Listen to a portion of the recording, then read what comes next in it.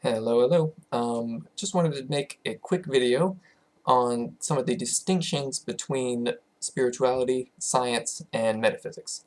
Um, so in modern science anyway, there's a couple of basic fundamental assumptions that it makes in terms of its approach to understanding reality, and that is, one, objectivity is the only real tool that is valid for understanding reality, and two, that your intellect is the second only real tool that is valid and useful for the purpose of understanding reality. So I find that a little bit ironic because using your intellect and your ability to be objective, you can't ever directly interface with what reality is. And what I mean by that is, well, case in point, a good example of that would be to ask even the most basic question about the most fundamental components of this reality as described by modern science, using intellectual objectivity. You can't really get past the wall that you run into when you attempt to do that. And for example, everything is made out of matter, and matter has various definitions according to modern science, and it's not really one concrete thing in terms of its definition. But when you actually get down to it, the substance, quote unquote, energy itself cannot really be described in any way except for indirectly. So we describe it in terms of its form and its function relative to other bits of matter, other energy. But in terms of the stuff, quote unquote, itself, there isn't really a way to objectively or intellectually touch that. So that's why I said it's a little bit ironic, because to me, if intellect and objectivity are the only valid methods through which you can approach reality, and when you get down to the most basic fundamental components of that reality, they don't have the ability to say anything, then there's something suspect about that methodology. So I'm not saying the methodology is bad, I'm just saying that there's other components to our ability to understand reality that we are not engaging. And usually when people, it doesn't matter where you come from, even a religious setting, if you're an atheist, whatever, if you brush off spirituality, it's usually because of some sense of that it's not a valid method for understanding reality, and I feel like that usually comes from not really understanding what spirituality is. Of course, there are many different definitions of spirituality, and they differ depending on the person giving the definition, but the fundamental sort of thread that connects all those definitions is the fact that it is something subjective, and something that you yourself are experiencing by using your subjective awareness to explore your subjective awareness, and then understand how your subjective awareness relates to the reality that you experience. So with relating spirituality to science, I've always tried to convey and always tried to say that spirituality is the science of our subjective participation and interface with reality, because our subjectivity, in other words, our conscious awareness, is the direct interface with reality, whereas intellect and objectivity is not a direct interface. It's sort of one step back from directly experiencing and engaging with what reality is. So way back in the past, when science and spirituality were not considered separate things, this was understood. You can't actually understand reality unless you incorporate your own subjective experience into your approach.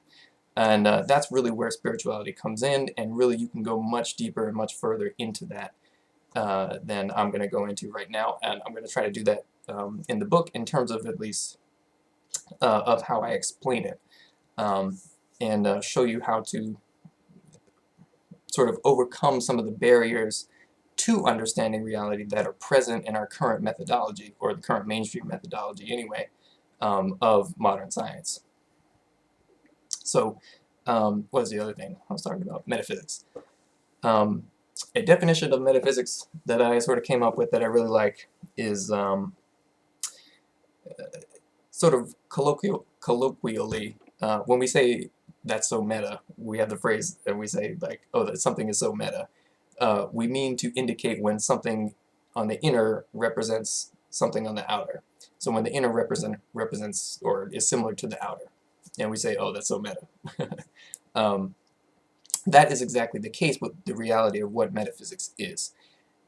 Metaphysics is the physics of the reality that you become aware of when your awareness itself expands to encompass and reincorporate the reality of what this experience actually is, which is done through the practice of spirituality, which is itself a science. So metaphysics has its own physics to it, and it's a subjective physics in terms of how you interface with this reality that is around you.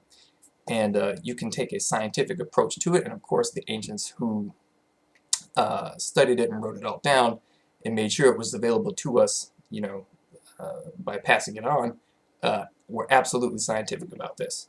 And I know there's a lot of, at least in my sense anyway, there's a lot of sort of thinking about spirituality in terms of it being something vague and not very well defined and something kind of wishy-washy, and obviously it has nothing to do with actual science.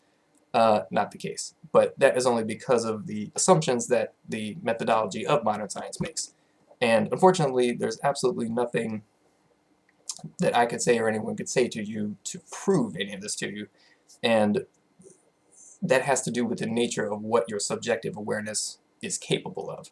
So just like you can't directly say or state anything intellectually or objectively about the actual substance, for lack of a better term, of reality itself, there's nothing that can prove to you via intellectual conversation or wording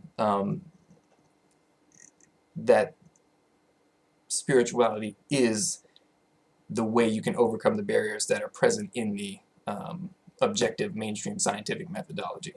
And in so doing, expand your awareness to encompass more about what this reality is, and then take it further from there with more metaphysics.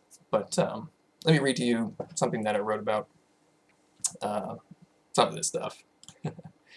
The quintessential goal for all material science is the ability to manipulate matter in any way desired at any scale, with effectively infinite precision. So if you can wave your hand and then all the molecules in the dirt in front of you form into a spaceship, if you even need a spaceship at that point, then you're good. You have no longer anything to do with needing to know more about material science. But anyway, this has nothing to do with the greater context of reality that this science or its goals actually fall into. And it does not have anything to do with understanding our own abilities and responsibilities with respect to this greater context. It doesn't really have anything to do with knowing what reality is. So in other words, you can talk about matter in sort of a one step back, indirect way, but you don't know what it is. In order to begin to appreciate the nature of this greater context, you have to directly question the nature of the reality. In other words, instead of learning how to manipulate matter, which is fine, you must ask, what is matter? And again, the technical definition of matter in terms of modern science is not very concrete, but it doesn't matter. The essence of what I'm getting at is we think this is real, but what is it? So continuing, because conventional scientific thinking considers this question invalid, the question of what is matter, it falls back to the next best and apparently the only really useful thing, the manipulation of matter, and describing it indirectly. Spiritually speaking, this is equivalent to a child playing with blocks. The only difference is that the blocks are very, very tiny. The child knows how to arrange them, how to create these structures out of them, but in terms of the greater context of what the child is doing, it doesn't know. The question, what is matter, and I'm continuing to read, is valuable because it reveals the inadequacies of the methodology of material objective science. Again, material objective science is not bad, it just occupies a certain place in the overall hierarchy of the sciences that are available to us. And of course, spirituality is the science of our subjective interface with reality, and then how we can explore that subjective interface and use it to show us how to overcome the barriers that are inherent in the current methodology, the mainstream one. So conventional science does not even have a method for answering this question. In other words, what is the stuff? Due to the nature of the methodology it employs and the assumptions this methodology is based on, objectivity, intellect, and stuff like that. Essentially, it believes that the objective manipulation of physical matter is the only valid method through which reality can be understood, to say nothing about what matter is, of course, or the greater context that the reality of what matter is sits in. So, conventional scientific thinking, and most people who have only been trained in conventional scientific thinking, could not even conceive of how it could be possible to address this question, or let alone why that question should be considered valid in the first place. But the real intention behind asking it, and the real meaning and purpose for asking that question, is not to get an intellectual answer, because of course there is not one, but it is essentially a Zen koan to show you the inadequacies in the methodology you are employing, so that you can feel around your inner self to find another one.